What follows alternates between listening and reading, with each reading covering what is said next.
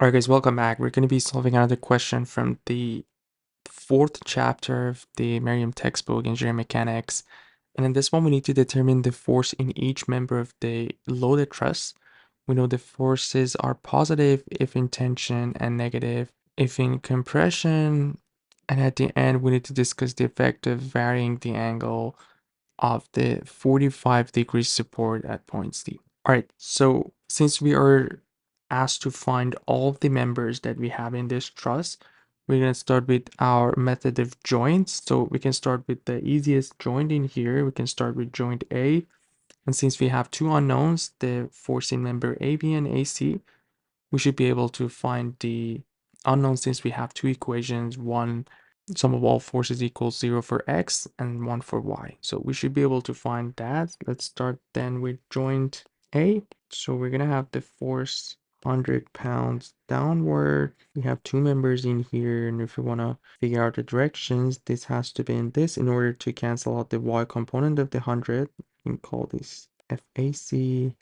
And since now we have an x component to the left, this has to be to the right, and this is going to be FAC. So we do sum of all forces in x equals 0, and for doing that, we need to figure this angle here. We can call it theta, but which is the angle in here?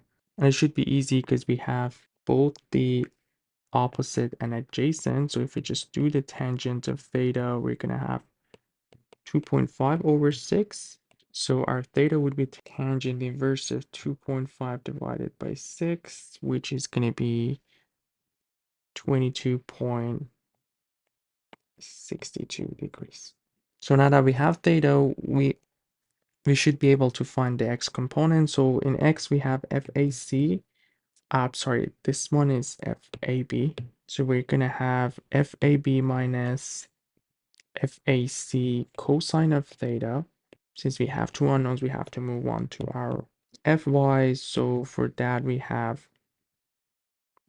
this time FAB sine of theta, which is 22.62 degrees.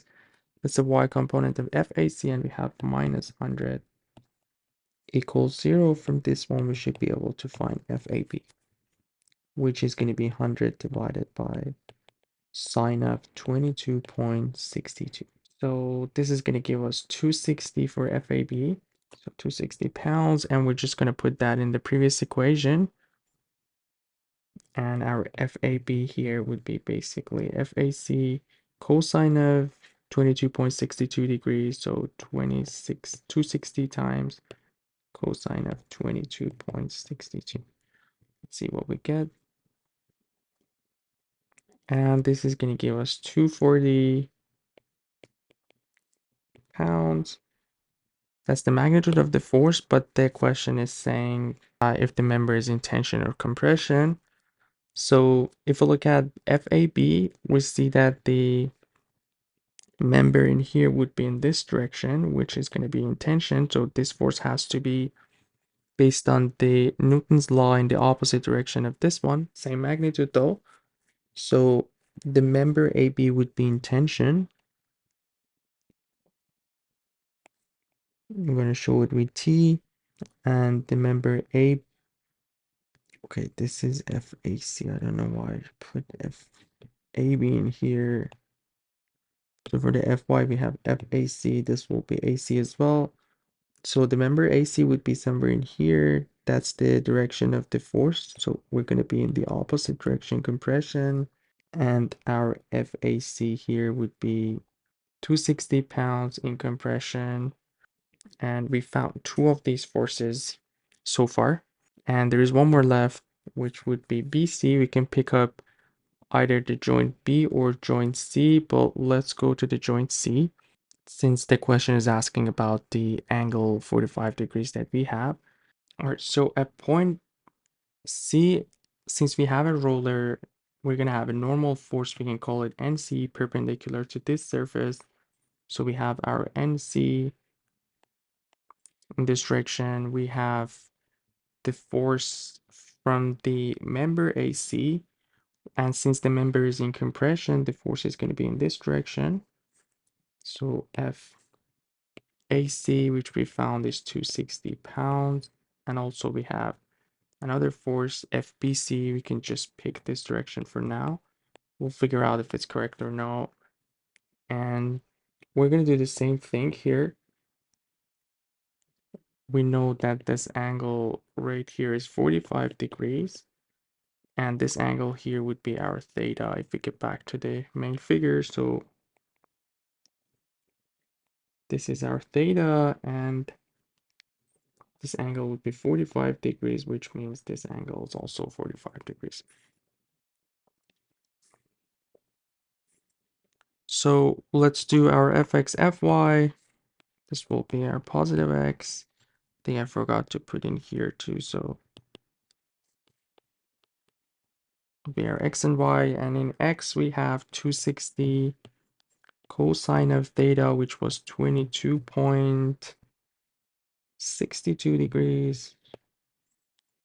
And we're going to have the x component of NC, which would be to the left, so minus cosine of 45 degrees equals 0. And here we can find NC, 260 cosine of 22.62 divided by. So our NC will be 339.4. And if we do sum of all forces in y equals 0, we're going to have NC cosine of 45 degrees. Sine and cosine here won't make any difference because it will be the same value, that's why. But if you want to go with this angle, the x will be sine, the y would be cosine, but if we go with the other one, it will be cosine. But since we are going with that angle, let's change this to sine. It won't change the answer though. So, and cosine of 1 is FBC minus FAC, which is 260 sine of theta, or 22.62. So we can find FBC in here, 339.4 cosine of 45 degrees minus 260 sine of 22.62. Let's calculate this. 139.4 cosine of 45 minus 260. And this is going to be 139.99 pounds. We did not get any negative sign. That shows that the direction for BC is also correct. So the member BC, which would be in here, is also in compression. And that would be the last unknown.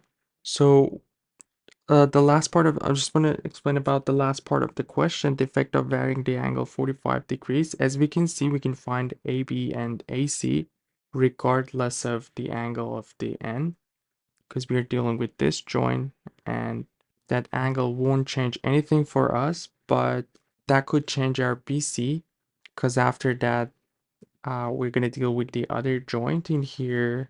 And if we play with that angle, we're going to get different normal force, and that normal force is going to affect FBC directly. So that's the effect of that angle that we have for the support surface at point C. So yeah, hope everything was clear. Let me know if you guys have any questions, and you guys take care. I'll see you in the next video. Have a good one.